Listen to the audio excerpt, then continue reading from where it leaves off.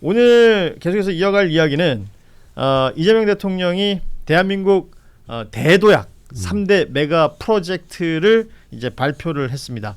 그러니까 대국민 보고회라는 이름이었습니다. 청와대 영빈관에서 진행이 됐는데 2,000조예요.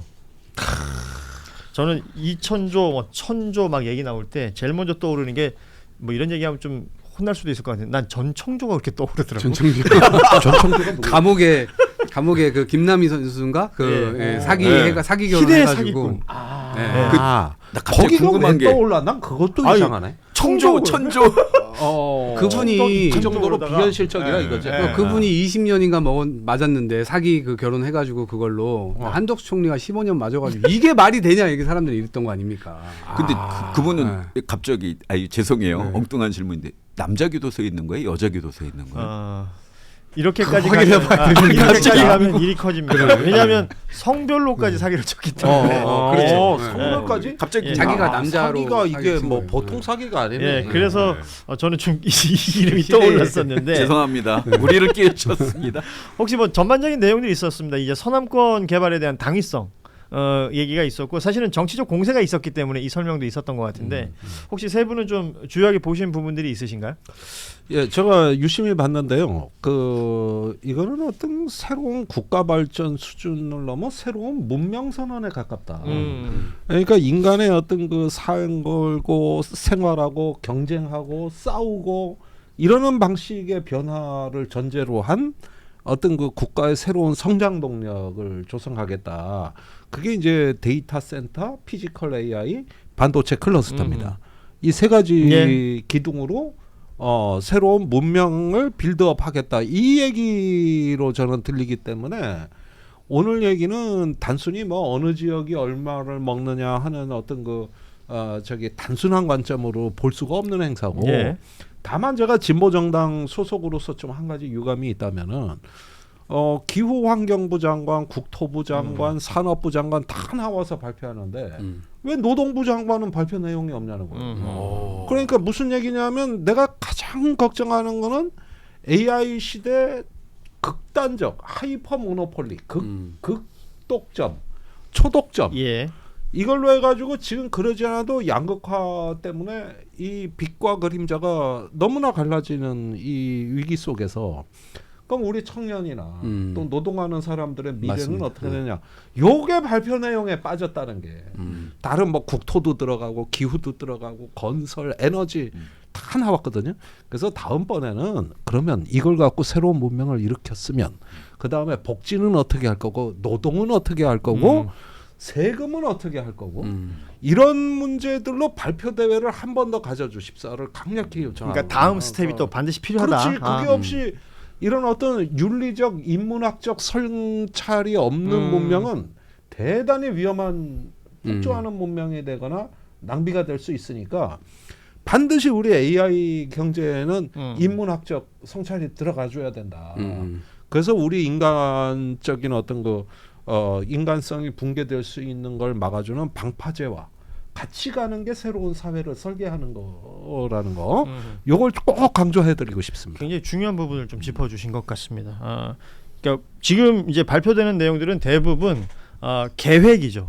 이렇게 할 것이고 기업에서 이 정도 규모를 투자할 것이고 지금 3대 메가 프로젝트라고 얘기를 했습니다. 이 세 개 분야를 이제 각 지역별로 그러니까 국토 균형 발전의 의미도 있는 것이고요. 이제 금액 자체가 이제 워낙에 현실성이 저한테는 없는 금액이긴 합니다만, 그러니까 대한민국에서 어떤 이 경제 계획을 발표한다든지 프로젝트를 개발하면서 예산 규모를 이런 형태로 얘기를 한 적이 없었잖아요. 그렇죠. 그런 부분을 사람들이 대부분 주목하고 있지만 그 다음 단계로 뭐 노동에 대한 문제, 복지에 대한 문제 이런 문제들을 반드시 다뤄야 된다는 우리 김종대 의원의 말씀이셨고 이종학 최고는 어떤 부분 주목했습니까? 아니요, 저는 오히려 지금 아주 좋은 문제 제기해 주셨는데 이게 기대할 건지 안 기대할 건지 모르겠습니다만 정치권에서 이 논쟁을 해줬으면 좋겠어요. 정부를 그렇지, 기다리는 게 아니고. 정치가 할 일이지. 그렇죠. 야당에서 그러한 문제 제기를 했어야 된다고 봅니다. 이게 니네 지역이니 우리 지역이니 이런 게 아니고 실제로 지금 K자형으로 성장을 해나가는데 이 양극화 문제에 관해서 앞으로 우리가 초대형 뭐 돈이 뭐 초과세수가 벌어들리면 앞으로 어떤 형태로 정부는 준비하고 있냐 이런 걸 좀 따져 물어야 된다고 봐요. 물론 지금 완벽하게 준비가 안 돼 있죠. 그리고 김영법 전직자께서 나와가지고 이거 이제 논의해야 됩니다. 이거 우리 초입에 들어가는 겁니다. 그런데 2,000조 프로젝트란 말이에요. 예. 이게요 대한민국 1년 GDP입니다. 그렇죠. 네, 총 생산을 다 합친 거예요. 그리고 이거 3년 예산에 맞먹는 겁니다. 이거를 다 이제 쏟아붓는 건데 이게 대한민국의 산업전환뿐만 아니라 전 지구를 어떻게 바꿔낼지. 과거 우리가 200년 전에 이 뭐 포드 뭐 기계 발명하고 이랬을 때 엄청난 혁명이 일어난 거예요. 그리고 이 1960년대 70년대에 쓱 오면서 인터넷 발명되고 이러면서 우리의 생활이 완전히 뒤바뀌었잖아요. 예. 지금 이제 AI 데이터 완전 이런 방향으로 가는 게 도대체 어떤 세상으로 열리게 될까? 이거에 대해서 저는 자기 지역만 국회의원들이 쳐다볼 게 아니라 국회의원은 지역의 대표이기도 하지만 국가대표이기도 하잖아요. 예. 그럼 국가 전체에서 혹은 국민 전체에서 앞으로 어떤 영향을 끼칠 것인가? 전 세계 대한민국이 이 리드해 나가는 이 질서에서 도대체 우리의 역할은 무언가? 이런 거를 좀 논쟁을 했으면 좋겠다라고 하는 거를 좀 주목하게 됐습니다. 예. 전 좀 다른 관점에서 말씀드리면 DJ가 이제 단식해서 지방자치 이뤄냈고 노무현 대통령이 균형 발전, 문재인 대통령이 연방제에 준하는 자치분권을 얘기했는데 계속 얘기는 했는데 이것이 뚜렷하게 눈에 보이는 건 없었어요. 항상 지방 소멸, 인구 소멸 얘기는 하고 걱정은 해도 이걸 구체화해서 이걸 대책으로 만든 거는 이재명 대통령의 이번에 5극 3특인 것 같아요. 그러니까 뭐냐면은 정확하게 항상 그 지방 분권 얘기할 때문에 기업이 먼저 와야 되는 거 아니냐. 근데 이렇게 화끈하게 기업들이 1,000조, 800조 이렇게 5극으로 분산하는 건 저 처음이에요. 그러면은 여기에 딸린 것들이 아까 노동 문제 있었죠. 그다음에 대학도 같이 영국의 R&D 때문에 육성할 수밖에 없어요. 그러니까 서울대 10개 만들기가 자연스럽게 되는 거예요. 그러면 우리가 꿈꿔왔던 새로운 기본사회라는 거는 균형 발전의 차원도 있고 그다음에 경제력의 부가 쌓여야 가능한 건데 기본사회로 가겠다는 대통령의 의지 그다음에 균형 발전 자치분권에 대한 의지가 그대로 민주정권을 대를 이어서 요번에 구체화된 밑그림을 화끈하게 보여줬다. 예. 그래서 정말 멋지다. 멋지다. 이런 생각을 좀 해봤습니다. 예. 자, 이 부분은요. 제가 보기에는 이게 돈만 쏟아붓는다고 해서 해결될 문제가 아니라 국가의 전기, 물, 모든 어떤 인프라를 총동원 체제. 이거는 어떤 전쟁 때 전시동원 경제하고 비슷한 겁니다. 그러네요. 그러니까 이건 기업에 맡기는 게 아니라 국가가 다 투입하는. 이게 무슨 시장 경제? 이건 전시 경제. 국가의 산업 정책의 귀환이에요. 과거에는 불온 시대였던 겁니다. 왜 시장에 맡기지 않고 하느냐? 그런데 이 미래 산업의 경우에는 기존의 산업 논리에 따르지 않고 새로운 산업 정책이 있고 막 기업체 CEO가 청와대 수석이 오고 이런 세상입니다. 그러니까 이런 부분에서 확실히 우리가 변화되는데 어떤 부분이 소외되거나 챙기지 못했는가를 면밀히 봐야 돼요. 그래가지고 이렇게 그 비전은 찬란한데 이 찬란한 비전을 전략적으로 구체화하는 데 있어가지고 과연 인적 역량이나 조직적인 어떤 추진 체계가 과연 마련이 돼 있으며 또 그 많은 전기와 막 저기 호남에 반도체 그거 만든다? 150만 가구의 전기를 공급해 줘야 돼. 그런데 호남에 150만 대는 도시 자체가 없습니다. 그러니까 광주보다 더 큰 도시에 그거를 그렇죠. 만들어서 에너지 제공을 해줘야 되고 물을 70만 톤 이상 제공해줘야 돼. 자 보세요. 이거는 완전히 역사입니다. 역사. 이래서 이런 부분들 지금 얘기를 하고 있는 거기 때문에 이런 것들은 이렇게 뻥 터트리듯이 할 수 있는 게 아니라 기본 뼈대를 남겨놓고 끊임없이 빌드업 해가지고 이 완성해야 될 전략이지. 이제 이런 부분에 한국 사람들이 빨리 취하는 경향이 있어요. 그래서 이게 지금 시작이다라는 취지. 그리고 뭐 오늘 대부분 언론들도 이제 뭐 디테일을 엄청 따져요. 어느 동네에 뭐가 가고 얼마가 가고 뭐 이렇게 얘기를 하다 보니까 정치권의 반응이라는 것도 국민의힘 중심으로요. 각 지역별로 뭐 대구 경북은 대구 경북 의원들이 모여서 또 충청권도 오늘 보니까 모여서 또 입장을 냈습니다. 호남 반도체에 대한 비판이 굉장히 심해요. 그걸 왜 호남으로 보내느냐? 뭐 이제 대구 경북에 있는 사람들은 뭐 구미 쪽이 인프라가 더 좋다. 뭐 이런 얘기를 하고 있고 또 충청권도 마찬가지로 반도체를 정치질로 산업을 망쳐서는 안 된다. 국민의힘 충청권 의원들이 이런 입장을 내기도 했습니다. 이게 정치권에서 접근하고 있는 이 방법, 기법 어떻게 좀 얘기를 해주고 싶으세요? 근데 참 우려되는 현상입니다. 이런 식의 어떤 지역 간의 그 조금 뭐랄까 경쟁이랄까 갈등이랄까 또 유승민, 안철수 의원 등이 이제 개인적으로 내놓는 입장을 보면은 그냥 막 찔러댄다는 느낌이 들거든요. 그것도 명색이 안철수 의원은 과학자며 의사라는 양반이 예. 이런 부분에 대한 어떤 자기 어떤 설명이나 비전이 없이 무슨 뭐 기업들 팔비 틀어서 이렇게 한 것처럼 얘기를 해버리고 부동산 투기가 우려된다 이런 얘기를 했어요. 안철수 자기들이 의원은. 그렇게 했잖아요. YS 때 네. 삼성자동차 부산에 강제로 유치해갖고 그 글쎄, 망했잖아요. 그것도 그렇고 네. 예, 또 여야가 같이 다 저기 그 삽질한 거는 왜 부산의 가덕도 신공항 같은 경우는 여야가 합작해서 아주 삽질한 대표적 사례 아닙니까? 아직 첫 삽도 못 뜨고 있어요. 첫 삽도. 그러니까 이런 식의 포퓰리즘에다가 뭐 그 시야에다가 이런 어떤 문제를 집어 넣어버리는 이래가지고 참 우리 사회 공론의 구조가 이 문제를 지금 제대로 접근할 준비가 돼 있는가 난 심각한 우려를 하지 않을 수가 없고 정치권이 이런 걸 선동의 제물로 삼는다? 이 정말 국민들을 이제 참아서는 안 됩니다. 이럴 때. 저도 이게 소지역주의로 지금 흐르고 있는 네. 거잖아요. 내 지역 아니면은 다른 지역도 못하게 할 거야. 저는 이런 심리가 지금 깔려 있다고 봐요. 아니 좋은 네. 걸 왜 호남에 주냐? 우리 줘. 그러니까 뭐 이런 취지의 네. 발언으로 보이지 않습니까? 좀 지금 유치하게 가요. 충청권 의원들이 했던 말들 또 시도지사들까지 함께 했군요. 보니까 정부는 호남 반도체 유치를 결정한 근거가 되었던 모든 데이터를 내놓길 바란다. 뭐 이런 얘기를 하고 있습니다. 그리고 타 지방 정부와 어떤 협의 과정을 거쳤는지 밝혀야 한다.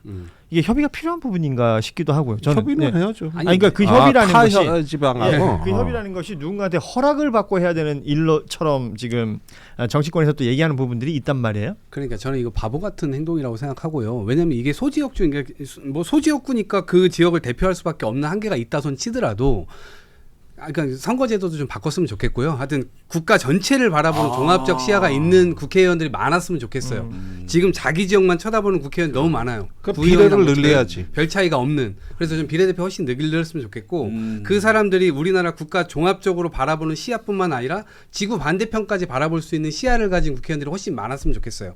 그래야 이런 부분들이 국가적 시책이 진행될 때 뭘 해야 될지가 나와요. 그리고 지금 야당은 제가 볼 때 이미 정상화되기가 좀 틀렸어요. 지금 상황에서는. 그래서 그걸 기대하기가 좀 어려운데 예. 여당에서는 적어도 어떻게 하면 좋겠냐면 저는 지금 뭐 이게 피지컬 AI 센터 영남 지역으로 가고 데이터 센터 충청으로 가고 뭐 이게 반도체는 호남으로 간다. 그러면 이거를 국회에서 어떻게 입법으로 지원해야 되는지에 대한 위원회 같은 건 빨리빨리 만들어 가지고 물론 상임위에서도 하겠지만 이거 특화된 이 모임들을 빨리빨리 만들어 가지고 이거를 성공시키기 위한 안착시키기 위한 노력을 여당에서 해야 된다.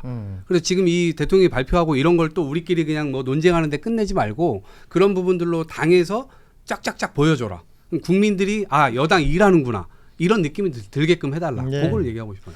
오늘 이재명 대통령이 이재용 삼성전자 회장 그리고 최태원 SK 회장 등에게 국민 영웅이다 이렇게 칭하면서 뭐 90도로 인사하는 장면 이게 뭐 사진으로도 지금 유통이 되고 있어서 많은 분들이 또 인상적으로 본 것 같습니다. 뭐 큰 기업들이 이제 큰 어떤 비즈니스를 해 나가는 것이죠. 근데 이제 기업의 팔을 비틀어서 정부가 관치를 한다라는 취지의 야당의 주장들이 있습니다. 이 내용에 대해서 대통령이 뭐 여러 차례 주말 사이에도 뭐 X에 글을 여러 차례 올리기도 했었고, 뭐 이런 부분들까지 정파적으로 접근해 버리면 국가가 앞으로 뭐 20년, 30년 혹은 그보다 더 많은 긴 시간을 향한 어떤 방향성을 잡는 데는 시작이란 걸 할 수가 없지 않을까 이런 생각이 전 들더라고요. 아니 그러니까 이게 이제 미국에서 그 에즈버 클라인이라는 뉴욕 타임즈 그 칼럼니스트가 쓴 어번던스라는 책에서 예. 민주당 저기 집권한 주정부 그 블루 카운티를 다 분석했잖아요. 그랬더니 레드 카운티에 비해서 첫째 노숙자가 많아요. 왜냐? 뭐 아파트 질라 그러면은 민주당 지역에서는 그냥 시민단체 무슨 이해관계자들이 다 개입하다 보니까 인허가가 안 나가지고. 그래요. 노숙자 비율이 많고. 두 번째는 무슨 철도 하나 놓으려 그러면 검토 기간 10년이고. 캘리포니아하고 뭐 로스앤젤레스 같은데 고속철도 놓는다는 게 20년째 제자리 걸음이고 그 사이에 사업비 2배, 3배 상승하고. 이게 뭐냐 하면은 하나의 어떤 민주당이 풍요를 만들어내는데 실패하면서 루즈벨트 이후에 뉴딜 전통이 끊어졌다 이겁니다. 그래가지고 이걸 재건해보자 이렇게 해가지고 지금 새로운 논의들이 있는데 이 국가의 지금 상황은 뭐냐 하면은 무언가 이제 산업화, 정보화를 넘어 지능화 사회의 판을 새로 까는 예. 그러니까 이전에 우리가 관리나 잘하던 정치 리더십의 영역을 이미 초월하고 있습니다. 그러니까 과거에 이제 루즈벨트 같이 뉴딜 같이 사회 이제 새로운 규칙을 만드는 이런 어떤 그 개혁을 요구하는 거예요. 그런데 여태까지 우리가 정치 개혁할 때는 뭐 있는 룰을 개량하고 개선하고 조금 뜯어 고쳐 수정해 가지고 뭘 좀 해보자 이런 논의였다면 지금은 없는 규칙을 완전히 공백인 저 미지에 한 번도 가보지 않은 길을 가는 룰을 갖고 와라. 이게 개혁의 내용으로 바뀌었다. 그게 뭐냐면은 인공지능 기후 위기 저출산 이거라고 봅니다. 한 번도 가보지 않은 거예요. 그러니까 리더십 자체가 이제는 그 성격이 바뀌고 있는 건데 정치가 이걸 감당을 못하네. 아니 뭐 저는 이걸 갖다가. 그 생각이 들던데요. 야당은 늘 검증하려고 하고 정부가 진행하는 방향이 있으면 틀린 건 없는지 잘못된 건 없는지 계속해서 문제제기를 할 수도 있다고 생각하는데 그런데 지금 민주당 그 지역별로 뭐 시도지사나 의원들이 하는 말들은 모르겠어요. 그리고 유승민 의원이나 안철수 의원이나 그러니까 유력 정치인들 아닙니까? 이분들이 하는 말 그리고 나경원 의원 같은 경우는 또 사회주의 관련된 얘기를 하더라고요. 그러니까 정부가 팔 비틀어서 기업을 이렇게 어디로 유치한다 등등의 그리고 호남이라는 지역 때문인지 모르겠지만 전당대회용이다 이렇게 주장하는 정치인들도 있습니다. 그럼 전당대회 어느 후보? 가만히 있어. 송영길 후보가 그러고 보니까 호남 사람이네. 그럼 이건 송영길 득표효인이냐? 아니, 그러니까 이게 어떻게 국민들에게 되는 거야? 호도되어서는 안 되지 않겠는가. 저는 뭐 그 생각도 들긴 하던데요. 이미 전 세계가 새로운 경제 조류죠. 국가주도 자본주의죠. 유럽도 그렇고 미국도 그렇고 국가가 앞장서서 시장을 열거나 국가가 앞장서서 제도를 고쳐서 먹고 사는 문제에 집중하고 있잖아요. 트럼프 와서 더 이게 심해졌고 그리고 이재용이 바보입니까? 걔가 벌써 대통령만 지금 3번째 바꿨잖아요. 최순실 아니 바꿨다는 표현이 안 맞는데 최순실한테 맞서줬다가 깜빵 갔다 왔어요. 얼마나 그때 땅을 치면 후회했겠어요. 아 멀리 해야겠구나. 그 다음에 윤석열하고 폭탄주까지 마셨어요. 근데 3년 있다가 날아갔잖아요. 그러면 우리 이제 4년 남았단 말이에요. 그러면 이게 20년, 30년 자기 회사 먹여 살릴 문제인데 대통령 4년이나 남았지만 4년 임기 남은 대통령이 협박한다고 이거를 삼성 쪽으로는 이재용이가 그래서 오케이 했다고요. 그거는 이재용이나 삼성을 너무 무시하는 말이고 기본적으로 우리나라 한전의 시스템을 알면 이런 말 못해요. 제가 충청 지역의 국회의원 보좌관을 했는데 한전에서 우리 지역을 관통하는 어마어마한 송전탑을 만든다는 거예요. 왜 만드냐 했더니 우리나라의 전기 시스템은 전남에서 만들어서 수도권을 갖고 오는 거다. 송전탑이 그래서 필요하다. 그러니까 한마디로 말해서 전남에 전기가 많이 남아요.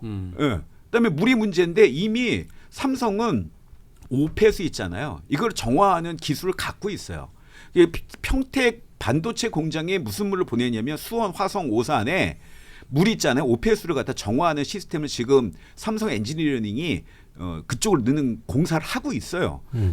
자신이 있으니까 하고 땅값도 싸고 수도권보다. 그러면 기술이 문제다 하는데 거기 한전 공대 있어요. 그다음 지스트도 있어요.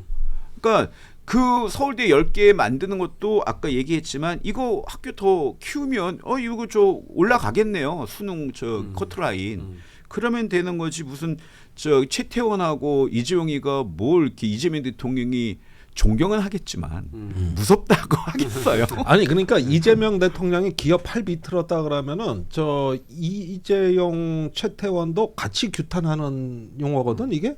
그렇죠. 그런 의미죠. 그럴 거 아닙니까? 그러니까 이러면은 점점 더 이재용 최태원은 이제 열받아 가지고 내가 팔 비틀리질 않았는데 비틀었다고 야당에선 저렇게 공격하니까 어쩔 수 없이 반론을 제기하고 싸워야 되고. 그래서 왜 친기업 정당이 기업하고 멀어지냐고. 친기업은 민주당. 아니, 근데 저는 전통적 양식이 일단 깨지는 사회라고 봐요. 말씀 주신 대로 국가하고 기업하고 편 먹고 지금 이제 협력 관계로 변화됐습니다. 협력하지 않으면 둘 다 살아남기가 어려워요. 국가는 국가 노동자 그다음에 부창출 이런 것들을 당연히 하기 위해서 기업들이 맨 앞에서 전면에서 뛸 수 있도록 인프라 깔아주고 그거 영업 대신 해줘야 되고 여러 가지를 다 뚫어줘야 됩니다. 외교 관계를 통해서 그런 인허가 문제라든가 외국에 나갈 때도 그런 것들 다 안전 조치 같은 것들 다 보장받을 수 있는지에 대해서 보증도 다 서줘야 되고 그런 것들을 지금 하는데 거기다가 무슨 자유시장 경제를 얘기합니까? 지금 이미 트럼프도 그렇게 안 해요.